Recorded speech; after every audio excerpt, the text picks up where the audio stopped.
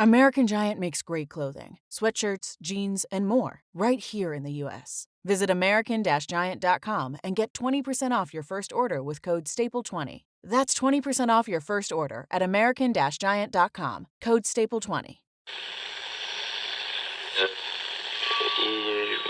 Empire.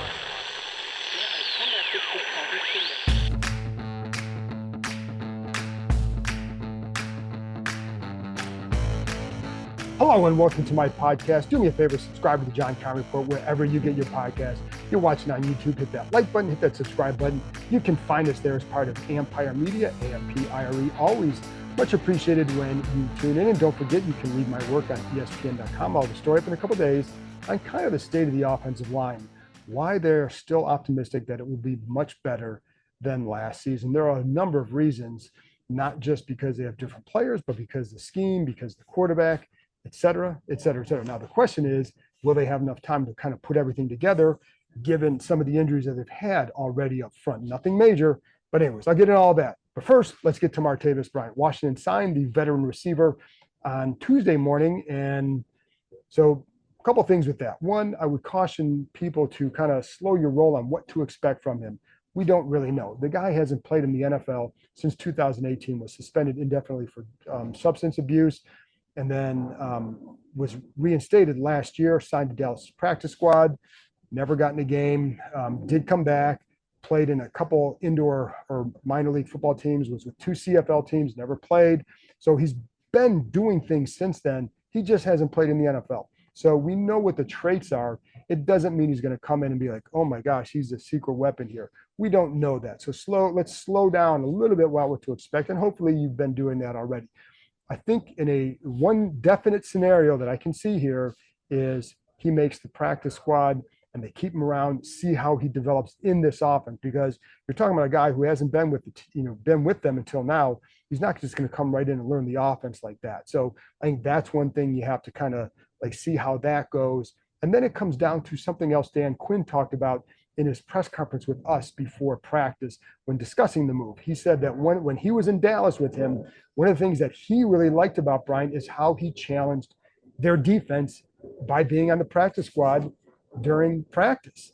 And I think that's something you can look for here. They do not have anybody who has these traits that would be on the practice squad for sure. So he's 6'4". He is pretty fast. You have Bryson Tremaine, who's 6'4", but he's about a 4.6 40 guy. So it's not really a guy that's, he's size helps, but you have a guy with size and speed that if he can then go do some things in practice to help get you ready when you're facing an A.J. Brown, guys like that who are a little bit bigger, or maybe guys who have the size and the speed, it can help prepare you better. And I will say one thing I've learned about Quinn, and just we saw it again today in another situation. Last week they brought in two right-footed punters to help get the returners ready for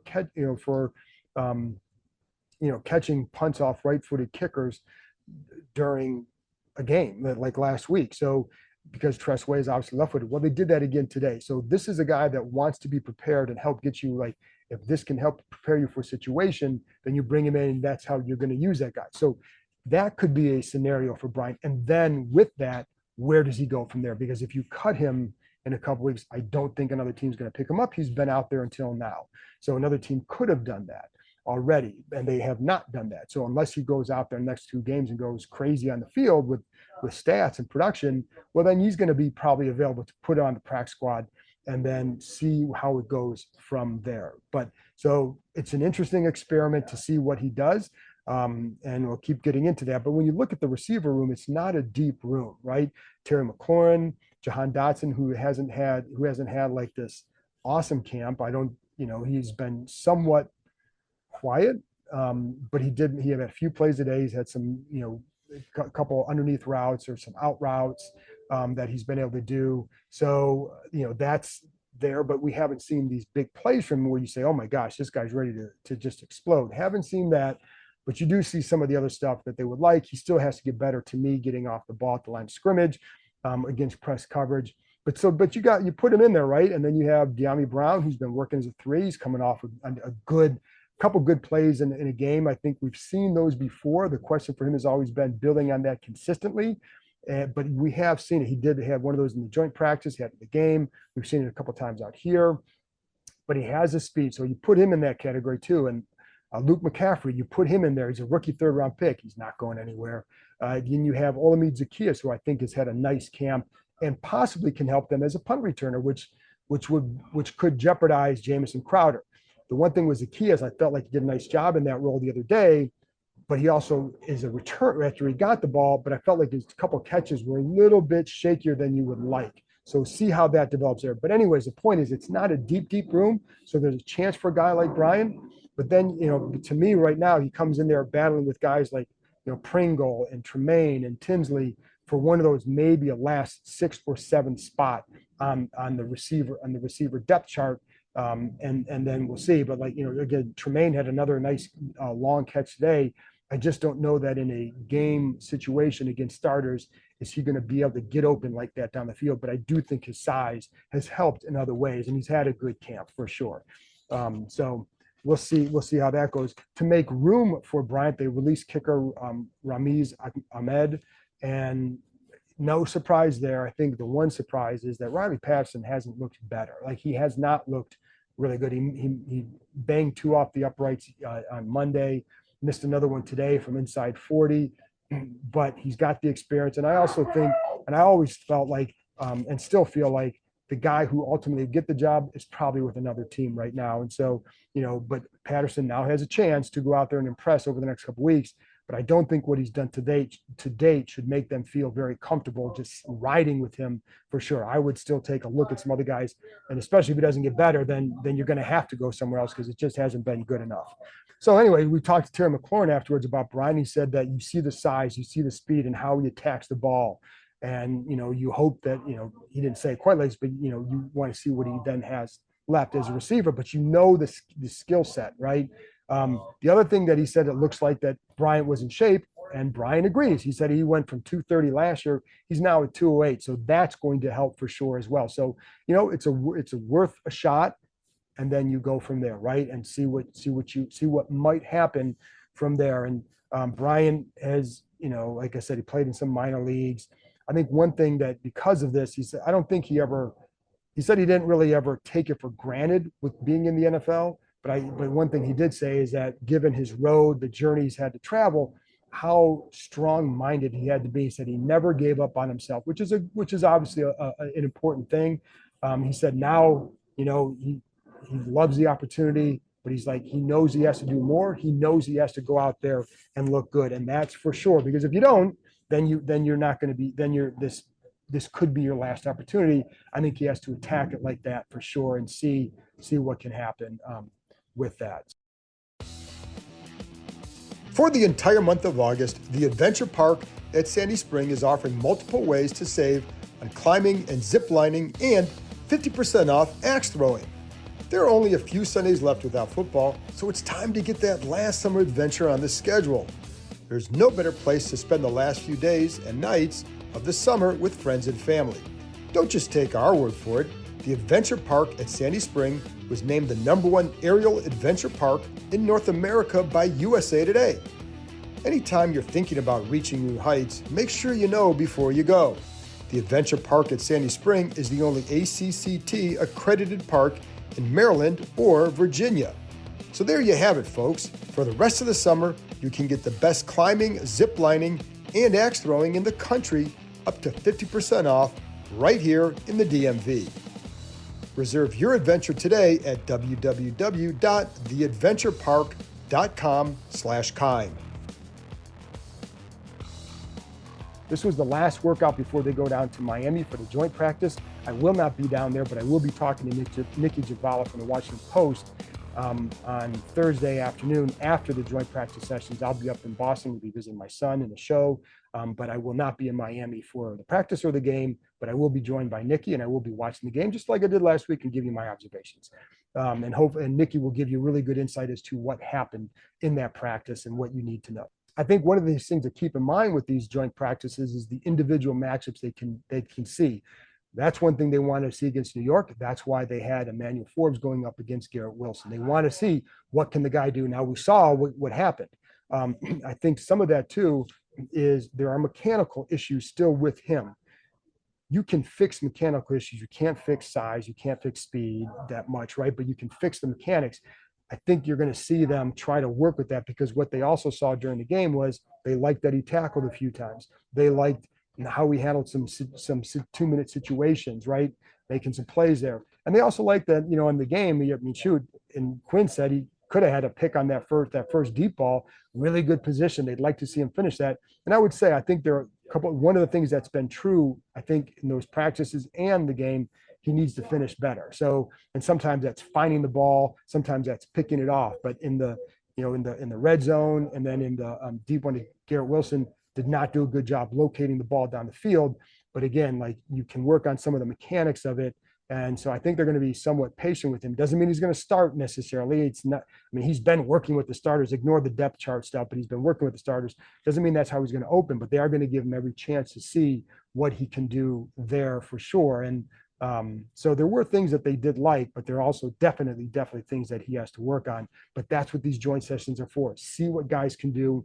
Then it helps you formulate your decision on how to use them in a game, if to use them in a game, what situations to use them in a game. Is just collecting information. So kind of view it in those terms. It's a little bit like a pitcher sometimes, like going to spring training and like, hey, let's see how your changeup is developing. Let's see. Okay, it's not there. We're not going to use it a lot during the season, right? Sometimes it's like that. Or, but I think in Forbes' case, he's got to show better for sure. But there are things that they feel like they can build on to help get, and then you see, can you get the mechanics to the point where, and the fundamentals to the point where he can then become a consistent player for you and then make plays. So, I think there's definitely a question there. The question would be, what do they do if that doesn't happen? But we'll see on that one. And I don't think he's like in danger of being cut or anything like that. Not at this point. I think the only question is when you have guys coming from who are new to who have a new regime. You have some guys in the past who hadn't worked out yet. You're always wondering about who might they trade, and would somebody be a trade candidate? And I don't know that they're. Listen, you're gonna always talk to teams. I don't know what they're doing with some of these guys, whether it's him or Mathis, Jamin Davis. I do think they want to keep him here. I think that for Davis, it's been a work in progress. And talked to him yesterday after practice, and one of the things he talked about, like on the 2 run plays that he had, did a really nice job. He said it was as simple as he stepped the right way. Before, he was kind of stepping almost as if in a linebacker situation, but he would kind of get himself out of a gap. This time he stepped right into the tackle, right into the tight end, and that made a big difference. So it's little things like that. That's the progression. Before, he might step to a side. Now he was stepping right into them and setting a good edge. So then I think as a pass rusher, one of the things he's got to work on, first work on your get off. Then you're working after that. Now you're seeing how are they setting, and then based on how they're setting, how do you then adjust off of that? And then how do you set guys up? How do you then develop a counter moves? Like, he's still going through that piece by piece by piece. So that's why it's going to take a little bit of time as a pass rusher. So that's why they're going to give him time. And just to see, again, he's got size, he's got speed. You're not going to give up on that easily, especially when you start to see some progression in some of the subtle areas of the position. So, anyways, just wanted to throw that out there. And like I said, I don't think Davis is in that category of like guys that they would move on from right away. So in full team, I said, Forbes still out there with the ones.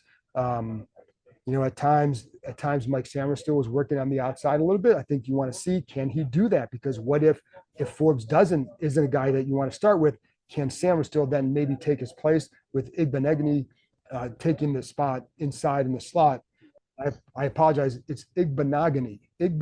I've got to get that right because I keep, I don't want to mess up someone's name, but because he has shown he can play in the slot, if they feel comfortable with Samerstill outside, if Forbes isn't getting it done, I don't think we're at that yet. Samerstill is not a big guy on the outside. I think you're still going to have some trouble with some bigger receivers if that's the case. And you can't just play. Sometimes you are going to be matched up against a bigger guy no matter what you do, because offenses are really good at creating mismatches.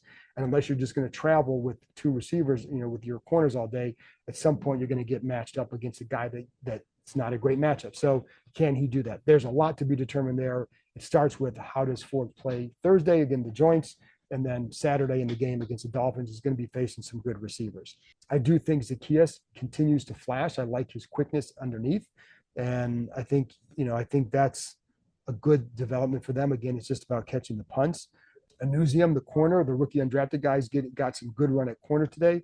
I still think he's kind of the kind of guy that you would probably put on practice squad and be okay and help develop and hope he develops there. But I do think he's a guy that you would want to keep around in some capacity, just because I think he's shown a thing or two. He worked as a gunner on the first punt coverage the other day when Owens made the play. Anusium also got down, beat against one-on-one coverage.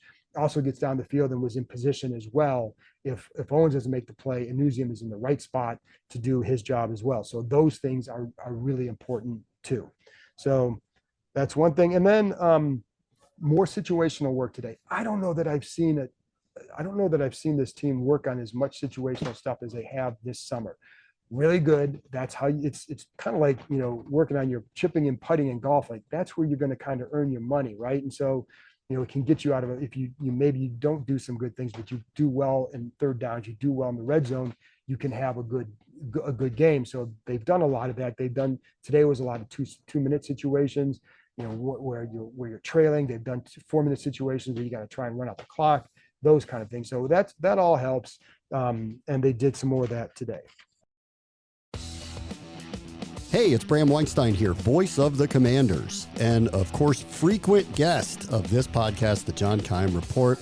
I wanted to let you all know that my show, which airs at 11 a.m. to 12 p.m. on ESPN 630, is now exclusively produced by Empire Media, my company, and is going to be distributed through our network. So I'm asking you, please, if you subscribe to this show and love this show, give mine a try as well. Subscribe to the Bram Weinstein Show wherever you get your podcasts. And many of the shows and many of the elements that are in the show will be available on the Empire Media YouTube channel. We're going to talk a ton of Commanders and other DC sports. Check it out. Jaden Daniels. Hey, how about him? He did a nice job in finishing the 2-minute drill today, and it was now the ones were going against backups, some 2s and some 3s. But what I like is the decision making and how he handles the process. So on this one, they finished the 2-minute drive. I think it's around the 10-yard line. There's like 20 seconds left, and you got to throw it in the end zone. I think there was less than 20, and the defense shows an all-out blitz. What I like is he makes a quick decision. He goes to Terry McLaurin on the left side. But what I like is, again, quick decision. And he also drifts back away from the pressure.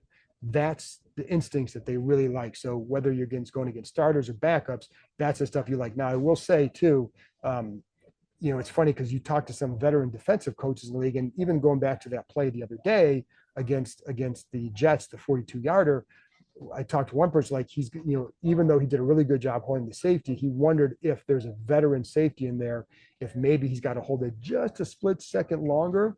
And then, and maybe put a little, throw was really good. But so that was one thing you wondered, but that's like the instincts are still there to do it right away. And so I think that might be a little bit nitpicky, but you always wonder, like, if it's not the starters, what happens when they are? And maybe that's a little thing where you have to do, but he's already doing it. So I certainly believe that if that's the case, you do it a little bit longer. I don't think that would be a big issue for him because he's already doing it. But again, felt like he did a nice job, very nice job on the play. So, and these guys do too. So for sure. And I know, like you talked I'm going to get more of that on Wednesday, but anyways, there you go. But today, so we had that one. I like how he backpedaled away, drifted back, and gets avoided for the pressure. Throws a really nice ball to McLaurin, who makes a contested catch. And that's the other thing he does. He gives guys a chance to make a contested catch, and these guys like that. He had a nice deep ball to Zach Ertz not deep ball, but deep crosser. We had to scramble out to the right. And Jeremy Reeves has good coverage in front of Ertz. And honestly, I'm not sure how the ball gets in there. Ertz makes a diving catch. I don't know how the ball got in there because it looks like Reeves is right there. But it was but as they talk about, really good ball placement by Daniels on the throw. So that's how you do it, folks. He had a deep out to Zach Ertz, good timing on the play. And I think he's going to be a really, really key person for Jaden Daniels. And then he had one over the middle to Luke McCaffrey. I liked on this play, I think on this one, you had Forbes covering Dotson down the field, but you had McCaffrey just coming over the middle. But what I like on the play, again, the use of the eyes. I felt like he did a good job moving the defense enough with his eyes and then getting it back to McCaffrey over the middle in time for him to turn and then get yards after the catch. That's a key. Like getting it to a check down or somebody else in time. Even if it's your third guy, if you're getting it to him in time, he's going to have some opening to run, and that's what he does on this play. So Andrew Wiley was back out there today. They were in full pads. He was back out there. Cornelius Lucas was back out there at left tackle. Wiley definitely took reps in 11 on 11s. Not all of them. Trent Scott went in later. By the way, Bryant, I think, had 2 reps in 11 on 11. So anyway, just wanted to throw that out there. But so for the line, you had Wiley out there. And then, so the first group was there together for the most part. Brandon Coleman still not practicing. Told you yesterday in one of the shorts that he would not practice. I don't know when he's going to be back out there. The one good thing for them is you have a guy in Lucas who can go out there and open the season as a starter if they need him to. He's a veteran. He can go out there and play for several games, whatever it is, and you can feel like you know what he's going to do. So, ideally they see what Coleman can do, and I think they really like him. I just think there's so much more to learn because he's got to get back out there, folks, because it's going to be hard to really know what he is unless you see him against some team and another team. Like these joint sessions would have been really, really good for him. So it's really a big loss for Brandon Coleman. But I think he's a smart kid, good skill set, but you still need those reps. You still need that experience. So it's going to take a minute for him maybe get caught back up to speed, in my opinion. There was one time, this is where tight end help can be beneficial. So it's one time Trent Scott kind of whiffs on a block, but the tight end then helps out and knocks the guy back, and then Scott recovers and takes him. So an initial miss that doesn't end up looking bad because the tight end helped and the ball was completed on the other side of the play. Johnny Newton still not out there, did not expect him to be. Dante Fowler Jr. working off to the side, not sure what's going on with him. We're not getting great injury updates. And then today, before practice, we're asking a lot about Martavis Bryant. So, there you go. The other thing they've done a lot of is working on hard counts. And, it's funny because they've had a lot of false starts. That's partly the reason. Today, Mariota with the hard count gets Dorrance Armstrong to jump. And, and it's funny because on the play, it was the second offensive line. So he had Sam Cosmi ran down to one of the officials who were at practice today and was asking for his flag so he could go throw the flag himself. Now, the official did not have a flag. Somebody else hadn't threw it. But it does kind of show like where these guys are at. And it's funny because one thing you notice in these practices is how loud it gets, especially with these defensive guys and especially defensive line coach Darryl Tapp. He's a loud dude and he is constantly talking and trying. And he's going to be I think he's going to be one of those in-your-face kind of guys that's just like, very vocal and loud. But I also think that guys respect him because of his approach. And like you see the D linemen they look like they enjoy going through their drills when you're watching them as much as you can when it starts getting really hot out here. Oh, one of the other plays too, Jeremy Chin had one play where I really liked how he stayed home on it. He's coming up by the line of scrimmage. Action of the play goes to the other side. He stays home. Mariota comes outside. He's right there, would have made the play. Just a good job by him. Then there was another time where Kingsbury gets, with a little bit of motion and formation, you get Terry McLaurin matched up against Chin. And you got a two-way go on him, and he gets open, and he's just like celebrating because he's wide open, but ball goes to the other side. So McLaurin said after the practice, that's something where you go back and sit down with Jaden when you watch the practice film. It's like, oh, okay. That was there because you got this matchup. If you get Terry in the safety, I don't care what the play is, that's where you're going. And McLaurin knows that. And I guarantee you that later today, Jaden Daniels will see it and know that as well. But it's funny because watching McLaurin at the sidelines all saw it and they were kind of going crazy. And Terry was kind of celebrating afterwards because he knew this is what you want if you're Terry McLaurin. And it's what he got. You just got to then, everybody's got to see it and then get the ball to him. Braden Daniels continued to get a lot of work at right tackle. Thought he was okay against KJ Henry. That's kind of who he's been working against. The other guy that I like, and I haven't talked a lot about him, is Noah Pollard, the defensive tackle from Virginia Tech. He's a guy that, and I talked about him on the club for the members yesterday, but he's a guy that I think this team likes. I think he's got a real shot to whether it's certainly stay on the practice squad, maybe get one of the last defensive tackle spots, depending what happens with a guy like Fedarian Mathis. And then, because you got Podaway, number 79, Benning Podaway, and then, Ridgeway. Then it depends on what Newton's health is, right? So I think there's some obstacles ahead of him. They do like him. After practice, I'm watching him run some sprints back and forth. But he is a guy that is certainly made his presence known to this team, and see where it goes from there. Percy Butler saw him working against tight ends the other day in the game. Saw him against Ben Sinnott today. Did a nice job. Really did a nice job in the game with that. Nice job with his feet, not getting overpowered. So I think that's been good for him to show. And then I go back to the offensive line, and one of the things again that you know is that I know what the numbers were last year, and to think it was just the offensive line is just inaccurate. So there was quarterback, it was play calling, it's scheme, right? So one of the things that these guys feel like is better is the marrying of concepts with the scheme. So if you can make the run look like the pass, that, et cetera, in a play action, now you've got a chance to help the offensive line. There were a handful of times that the offensive line did not do a good job in protection the other day. Did you notice a guy getting sacked? No, because quarterbacks knew where to go with the ball and they were getting the ball out quick. If you can give them those kind of answers right away, then you can also mitigate whatever issues are up front. Now you need to get, I think they feel really good about the interior. I still think there's more to learn about the tackles. I'm not going to sugarcoat this and say, oh, it's fine, but I do think there are ways, and I've talked about this before, and I'm going to keep talking about it because I do think it matters. They need time together for sure, but I do think there are other elements with this year that can help them look better than what they did, than what the group last year did, because this is not the same group, but what the group last year did, because you just, I don't think very many people last year were put in position to have success on offense because of how things were called, because of various situations, et cetera. So I think that's one thing. If you're looking for optimism on the offensive line, I think that's where you start, is that there is a change, but you still got to see guys play well. But again, on the deep ball, Chris Paul gets beat. Didn't affect it. It forces Daniels to step to his left and then make the throw, but he did it. So, and there were a few times where I see other guys whiff on a block on pass protection, ball gets out. So that's going to be a key too. So I think that for sure is a good thing. So anyway, folks, that's it for me. I will be back Wednesday with another episode, and talking more about practice, a little bit more of a camp report, talking about the receivers, the quarterbacks. Going to run an interview that I had with Terry McLaurin. So talk to you next time.